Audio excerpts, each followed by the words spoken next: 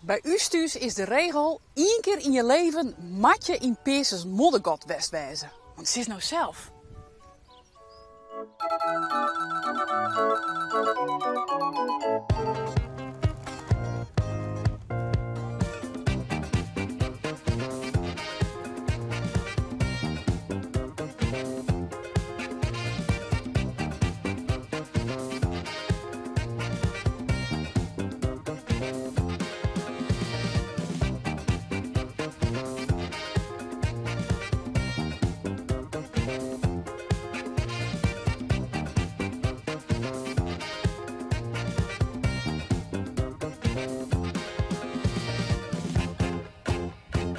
Wordt al een dilemma, want teken, ben je nou in Peeses of ben je nou in moddergat, Joert?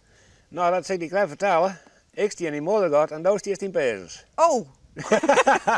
Kom je wel bij me, kon Joert? Ja, we komen wel bij want ja, dan mag ik hier even omheen rennen, dan sta ik ook in Peeses. Ja. Dus dat is... Maar het is in een dorp, maar eigenlijk bestaat het wel uit 2 plakken, hè?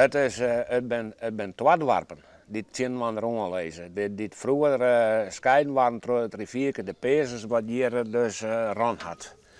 He, wat dus iets mondde in de zee. Dus dat waren de Peeses en hier achter me is moddergat. Dan draaien we even om. Ga ik naar moddergat, ga je naar Peeses? En wat is nou het verschil met de Peeses mensen en de mensen in moddergat? De Peesmers zijn de laatste ben boeren.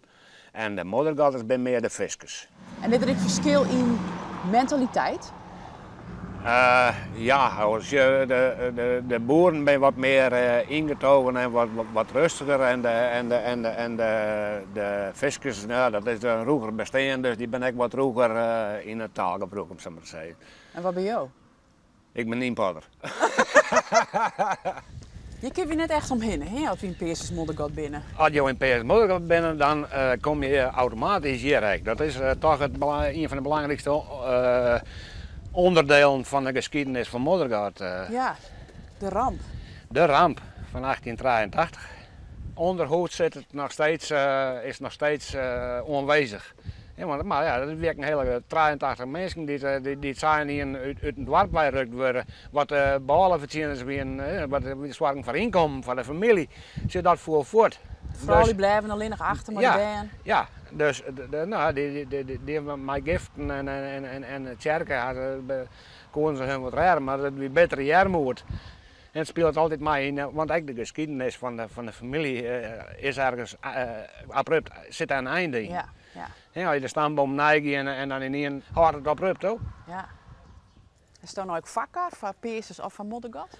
Ah, ik ben in moddergat, dus maar als het huis in Peeses stien, hield het mij echt goed best. Dus dat is wel iets. Geen spul verder? Geen spul, we hebben geen spul daarop. Nee. Nee. En dit is wel wat een centraal plak, hè? Dit is wat een centraal plak. Het is het verbindingsplak van die in het dorp met het oorendorp daar. Dus je hebt vroeger de bregen, wat dus het contact lijkt tussen de beide dorpen. Ja, we kunnen wel even zitten, want we zit een mooi bankje. Zitten op het bankje.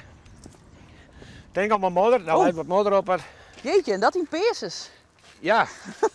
Kijk naar in dat soort dorp mijn man er verbonden ben. Ja. Toch wel, hè? Jawel. Want je hebt al in je vereniging of... Ja, we hebben hier een keertsvereniging, er is een koersbalvereniging, er is de Brommenclub en dat is bol leden vanuit beide dorpen. Maar er is een dorpsbelang.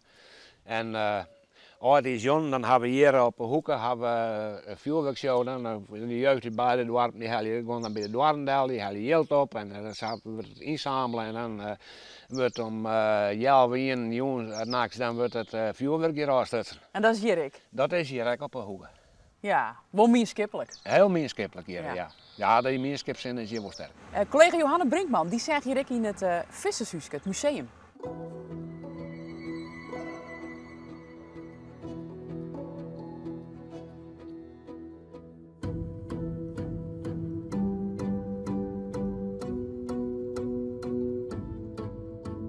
Nu ben je eigenlijk in het Vissershuis. En dit is eigenlijk het campje waar eigenlijk in het begin het hele museum om draaide. Want dit vakkampje is authentiek, origineel. Dus wel ze teelzonen worden, wat uit 1858 komt, maar echt die bedsteden. Meest wie angstig. Dan moesten ze zitten sliepen. Heel zittend. Dan sliepen ze eigenlijk maar de reg, tjinmoorden. En dan in zo'n bedsteden meer om en om. Holle voert. Dus eigenlijk hoe ze zwit worden van die broerlijke zusje koesdroeken. Het museum wil eigenlijk meestal exchange laten hoe de skiën zeggen, hoe ze leven moesten. Want het was een zware tijd. En mijnkwanderen, leefje, oerleefje. Je moest een mijnkwanderen. En dat werd je eigenlijk altijd een beetje verteld. Heb je een idee wat dit is? Maak hem eerst een uitvouwen, ja? Een pyjama. Nee. Deze krijg je aan, als je het leven verliest. En deze krijg je eigenlijk ook wel heel betiet in je leven. Je wordt er eigenlijk al een beetje aan herinneren. Je leeft je wel, maar denk erom, je gaat als een vrouw ook wel verleden.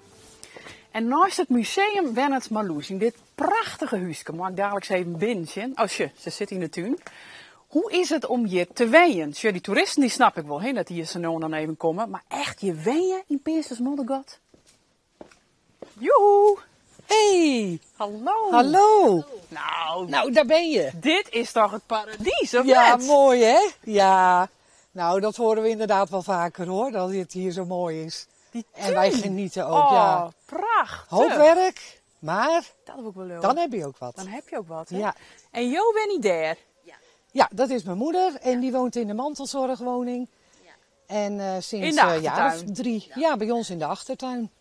Want u bent En vandaag bovendien jarig, is ze hè? jarig, ja. Ja, gefeliciteerd.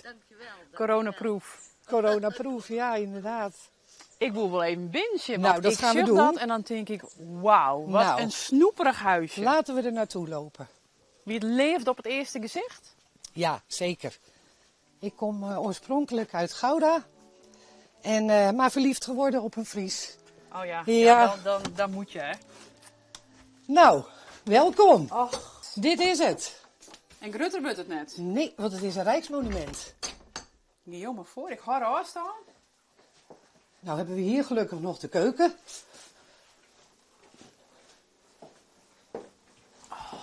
Met een bedsteen. Oh, mijn bedstee. Oh, die is origineel natuurlijk. Ja, die is origineel. Oh, wat leuk. Ja, Oh, prachtig. Ik zit nog terug.